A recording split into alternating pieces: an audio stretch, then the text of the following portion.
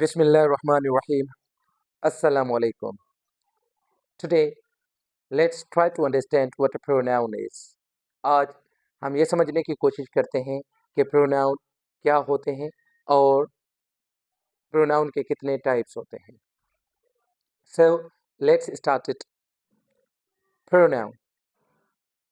A pronoun is a function word and is used instead of a noun.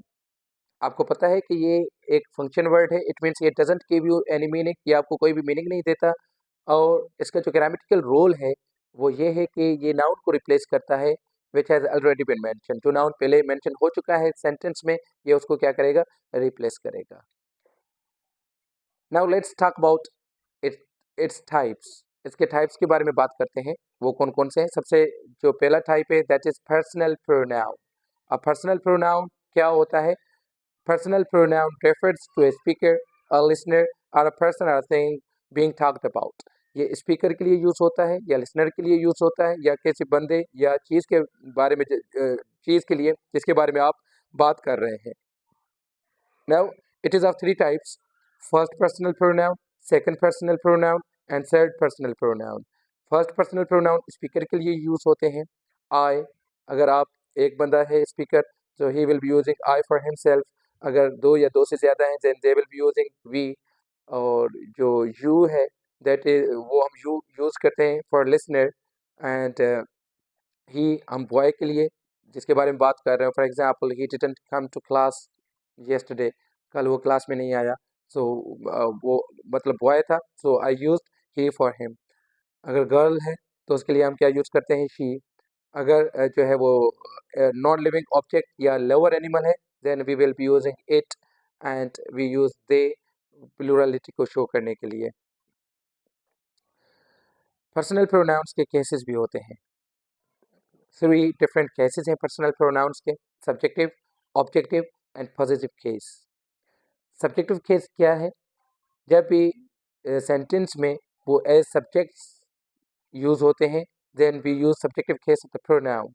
and whenever जो pronoun है sentence में object जो है as an object use हुआ है then we will be using objective case of pronoun.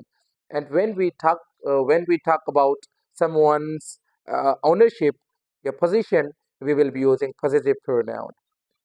Subjective case में कौन कौन से आते हैं? I, we, you से लेके they तक.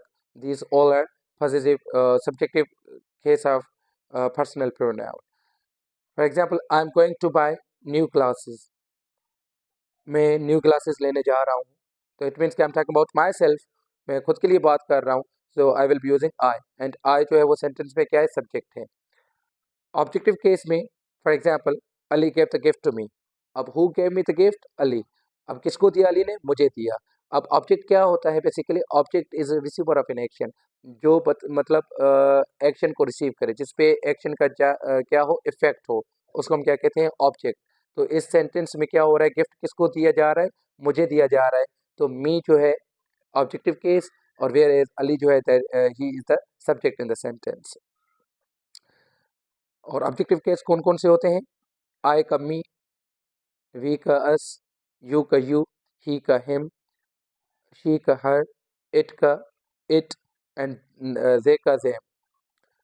Possessive case. And when you talk about someone's ownership, then you will be using possessive case of pronoun. For example, this book is hers. ये उसकी किताब है. Now I'm talking about her possession. उसकी position के बारे में बात कर रहा हूँ, तो मैं hers यूज करूँगा. अब ये कौन कौन से होते हैं? mine, ours, yours, his, hers, its and theirs. When you talk about your possession, you will be saying कि this book is mine. It means कि this belongs to me. This book belongs to me. And when you say कि someone else's, for example, if you are talking about his books, then you will be saying कि this book is his. And when you are talking about theirs book, you will be saying कि for example, these books are theirs. I hope कि यहाँ तक आपको समझ आ गया होगा. Now let's talk about another type of pronoun, and that is demonstrative pronoun. The word demonstrate का मतलब क्या होता है? To show or to point out. अब ये जो demonstrative pronoun होता है, it is used two point out the noun being talked about. जो जिस नाउन के बारे में हम बात कर रहे हैं, ये उसको क्या करता है, पॉइंट आउट करता है। For example, this is a cat and that is a dog. The word this and the word that these are demonstrative pronouns। ये point out करने के लिए यूज हो रहे हैं या किसी ऑब्जेक्ट को शो करने के लिए यूज हो रहे हैं। अब this when you try to point out at singular object then you will be using this। अगर वो नियर ऑब्जेक्ट है, अच्छा हम दिस यूज करते हैं नियर ऑब्जेक्ट्स के लिए जो हमारे नज़दीक हैं। For example, if it is in your hand और if it is besides you, next to you, or if it is like in front of you और आपके नज़दीक है बिल्कुल, then you will be using this।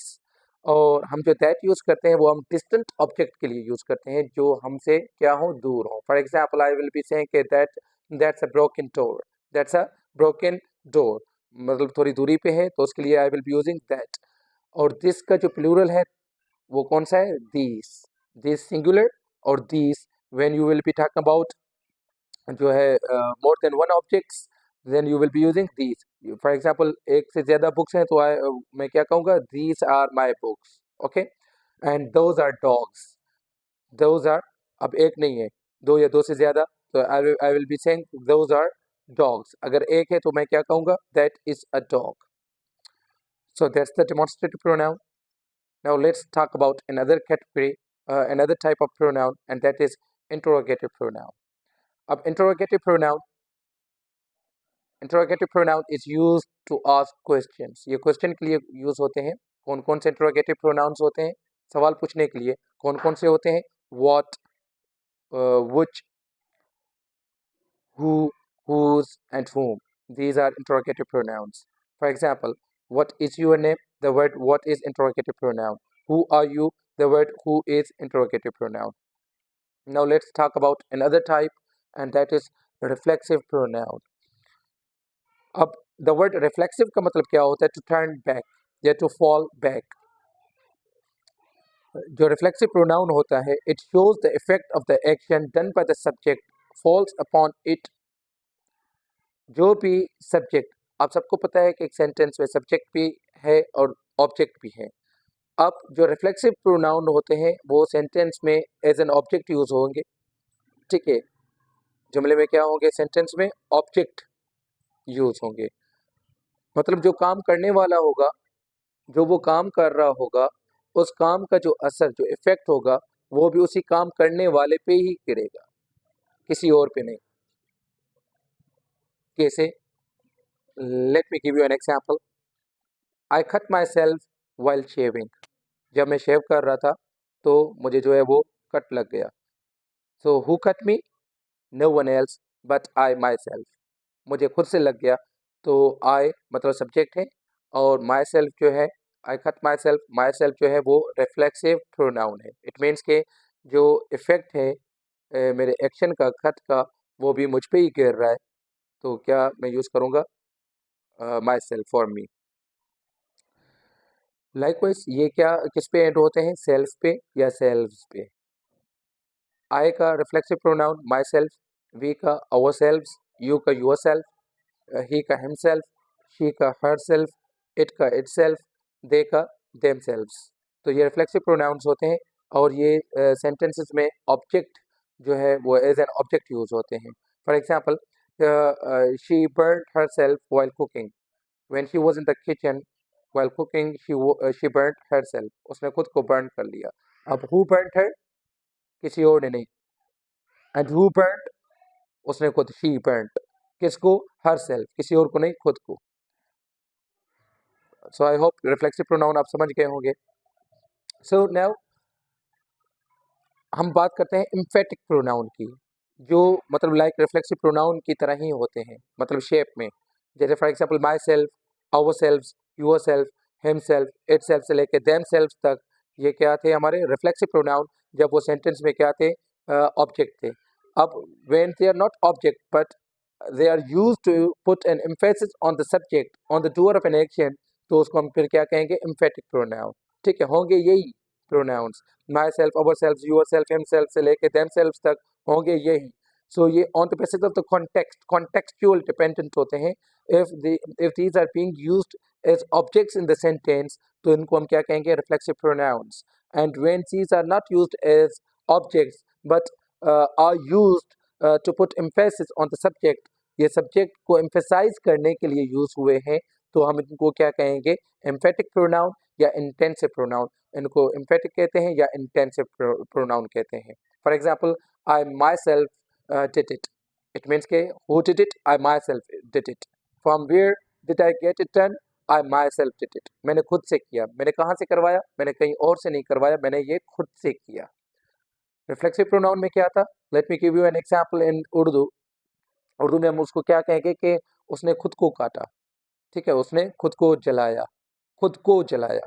अब इसमें emphatic में क्या होगा, उसने खुद से किया. अब खुद से एंड खुद को, व्हेन यू से खुद को, that is the reflexive pronoun. And when you say कि खुद से, so that is the emphatic pronoun. Sindhi में कीअं थींदो, सिंधी में ईअं थींदो त हुन पाण खे साड़ियो. ठीक है, या हुन पाण खे टुको ॾिनो शेव करण वक़्तु.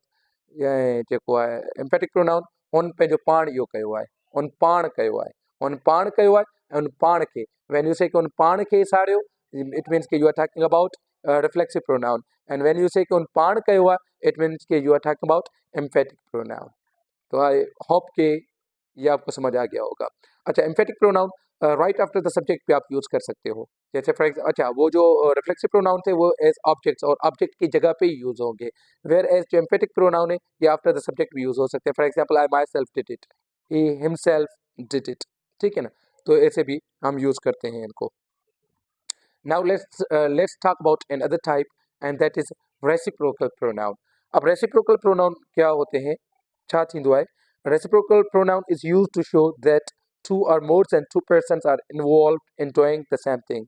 एक ही चीज़ को करने के लिए दो या दो से ज़्यादा जो बंदे हैं वो इन्वॉल्व हैं, then we will be using reciprocal pronoun. तो हम reciprocal pronoun यूज करते हैं.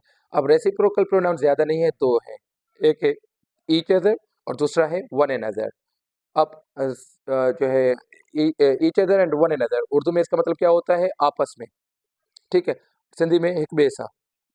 फॉर एग्जाम्पल, असीं हिक ॿिए सां प्यार कयूं था. Now we if we are two persons, हम अगर दो बंदे हैं, ठीक है, हम एक दूसरे से क्या करते हैं, मोहब्बत करते हैं, हम दो बंदे हैं, then I will be using each other. Each other कहाँ पे यूज करेंगे, when you are talking about two persons. And when you are talking about more than two persons, then you will be using one another. जब एक से ज्यादा बंदों की बारे में आप बात कर रहे हो, then you will be using one another. अब we both love each other, we both love each other.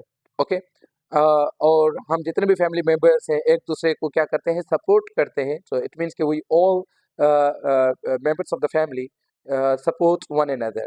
क्या होगा, हम एक दूसरे को सपोर्ट करते हैं. मीन्स अब किसी भी फैमिली में मोर देन टू पर्सन आएंगे सपोज करें, तो उसमें क्या होगा, one and other you will be using. For example, they are fighting one another, they are fighting one another, it means क्या है, there are more than two person involve in fighting. अब fighting में दो से ज़्यादा involve हैं, then you will be using one another.